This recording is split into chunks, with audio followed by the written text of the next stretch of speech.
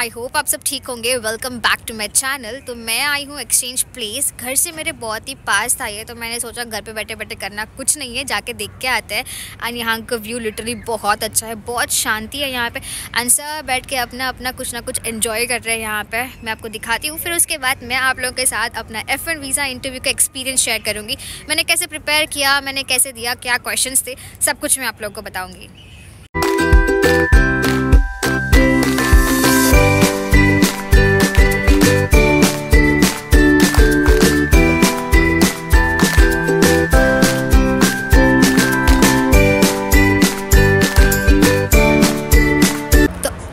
करते हैं मेरे F1 वीज़ा एक्सपीरियंस के बारे में। इसके लिए तो सबसे पहले हमें स्लॉट बुक करना होता है, जो आजकल बहुत ही मुश्किल है। मैंने भी शायद 1 महीने के बाद स्लॉट बुक किया था। मैं देख रही थी, मुझे स्लॉट मिला था मुंबई का, बट मैंने बुक नहीं किया। मुझे हैदराबाद में ही स्लॉट चाहिए था एंड लकीली हैदराबाद में मेरा बायो और वीज़ा दोनों भी शेड्यूल हो गए थे। एंड शेड्यूल होने के बाद वो नया साइट था तो बहुत ज़्यादा ग्लिच था उसमें। मैंने पहले बुक किया था हैदराबाद का। बुक करने के बाद विदिन 10 मिनट्स मुझे ईमेल आया कि मेरा वीज़ा इंटरव्यू मुंबई में शेड्यूल हुआ। समझ में नहीं आया कि करना क्या है, तो फिर मैंने फिर से लॉगिन किया एंड रीशेड्यूल का ऑप्शन था, तो मैंने फिर से रीशेड्यूल करके हैदराबाद सेलेक्ट कर लिया एंड वो ठीक से हैदराबाद बुक हो गया था। एंड अभी सेकंड कन्फ्यूजन ये था कि प्रिपेयर कैसे होना है, क्या डॉक्यूमेंट्स चाहिए, क्या क्वेश्चंस पूछेगा, ये सब माइंड में चलते ही रहता है। जो भी वीज़ा इंटरव्यू दे चुके हैं उनको ये आइडिया होगा कि क्या क्या माइंड में चलते रहता है, कैसे प्रिपेयर होना है। तो मैंने क्या किया था, व्हाट्सएप पे ग्रुप्स होते हैं, ठीक है, व्हाट्सएप टेलीग्राम्स पे बहुत सारे ग्रुप्स होते हैं जहाँ पे सब अपना अपना इंटरव्यू एक्सपीरियंस शेयर करते हैं। एंड बहुत सारे कंसल्टेंसीज भी है जहाँ पे वो आप लोग को आइडिया देते हैं कि कैसे प्रिपेयर होना है वगैरह, जिससे मैंने प्रोसेस की हेल्प ली थी। मैंने उनसे बात किया सो दैट मुझे थोड़ा क्लैरिटी आई कि कैसे प्रिपेयर होना है, क्या क्या क्वेश्चंस प्रिपेयर होना है। एंड बहुत सारे व्हाट्सएप ग्रुप्स है एंड टेलीग्राम्स पर भी ग्रुप है जहाँ पे आप चेक कर सकते हैं। वीज़ा एक्सपीरियंस ग्रुप्स बहुत सारे होते हैं जहाँ पे सब अपने अपने एक्सपीरियंस शेयर करते हैं। तो वो पढ़ने से क्या होता है, आपको एक आइडिया आता है कि क्या क्या क्वेश्चंस पूछ सकते हैं, कैसे प्रिपेयर होना है। उनके आंसर्स देख के आप थोड़ा एक आइडिया ले सकते हो, ठीक है। वो आइडिया एक बार आपको आ गया तो आप अपने आंसर्स खुद ही बना सकते हैं, जिससे बहुत ही ईजी रहेगा। जब आप इंटरव्यू पे जाओगे तो आपको सोचना नहीं पड़ता है कि क्या बोलना था, क्या याद करना था। अगर आप खुद बनाओगे तो वो बहुत ही ईजी रहेगा एंड आराम से हो जाएगा। अभी बात करते हैं इंटरव्यू के लिए कौन से डॉक्यूमेंट्स आपको कैरी करना है। पहला तो आपका अपॉइंटमेंट कन्फर्मेशन रहेगा, दूसरा DS 160 and service fees. DS 160 जब भी आप फिल करते हो मेक श्योर कि आप खुद बैठ के करो। अगर आप प्रोसेस कंसल्टेंसी के थ्रू भी करते हो तो आप जब भी DS 160 फिल आउट करोगे तो आप सामने रह के फिल करना, क्योंकि जब भी आप इंटरव्यू को जाओगे सारे क्वेश्चंस आपके DS 160 रिलेटेड ही होंगे। तो जो भी आप उसमें डालोगे, अगर आपको नहीं पता तो प्रॉब्लम हो जाएगा। DS 160 पे एक है और आप कुछ और बोल रहे हो तो वो कन्फ्यूजन क्रिएट हो जाता है कि उसने DS 160 फिल नहीं किया। तो मेक श्योर जब भी आप DS 160 फिल करते हैं तो आप वहाँ पे रहे, देखो सारा। एंड आप एक बार डाउनलोड भी कर सकते हैं। डाउनलोड करने के बाद आप जाने से पहले एक बार गो थ्रू भी कर सकते हैं कि आपने क्या क्या उसमें डाला है।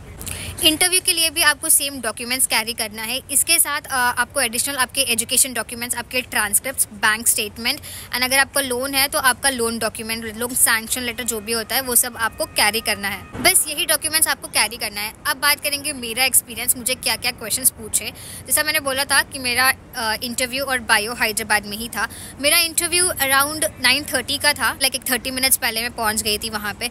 मैंने बहुत कैजुअल कपड़े पहने थे, कपड़ों का कुछ भी नहीं है वहाँ पे, आप कुछ भी जा सकते हैं बट एकदम डिसेंट कपड़े पहन के जाना, ये वो काफ़ी है। ज़रूरी नहीं है कि आप ब्लेजर या कुछ ऐसे पहनो, आप डिसेंट कपड़ों में भी जा सकते हैं। अभी मेरा काउंटर नंबर 33 था। मैं जो लाइन में थी वहाँ पे पूरा अच्छे से अप्रूव हो रहा था, ठीक है। मैंने एक भी रिजेक्शन नहीं देखा जब तक मैं लाइन में थी।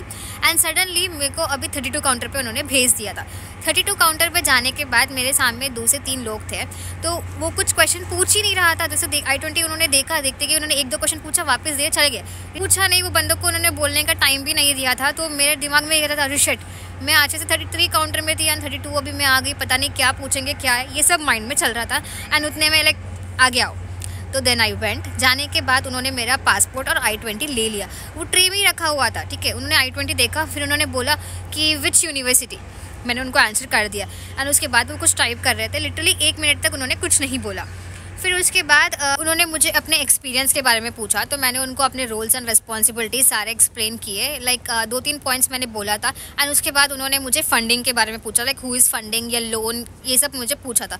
तो मुझे शायद उन्होंने 3 ही क्वेश्चंस पूछे, विच यूनिवर्सिटी, एक्सपीरियंस के बारे में और फंडिंग के बारे में, ठीक है। अगर आपके पास लोन है तो शायद वो लोन का लेटर भी पूछ रहे, लोन सैंक्शन लेटर जो भी होता है, he is asking for it. तो मेक श्योर कि आप सारे डॉक्यूमेंट्स कैरी करो। आपको एक्सपीरियंस है, आपका एक्सपीरियंस डॉक्यूमेंट, लोन डॉक्यूमेंट, आपका बैंक स्टेटमेंट, ये सब कैरी करना। तो मेरा इंटरव्यू एकदम सिंपल था, 3 क्वेश्चन उन्होंने पूछे एंड स्मूथली हो गया था।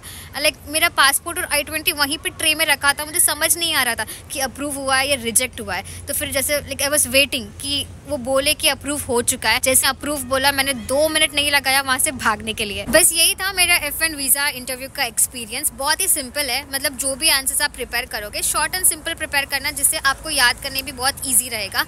एंड जो भी इंपॉर्टेंट पॉइंट्स है मैं डिस्क्रिप्शन में मेंशन कर दूंगी, जिससे आपकी हेल्प हो जाएगी। अगर आपको वीडियो अच्छी लगी तो वीडियो को लाइक, शेयर एंड चैनल को सब्सक्राइब करना मत भूलना। तब तक के लिए बाय एंड मैं मिलूंगी आपको अगले वीडियो में।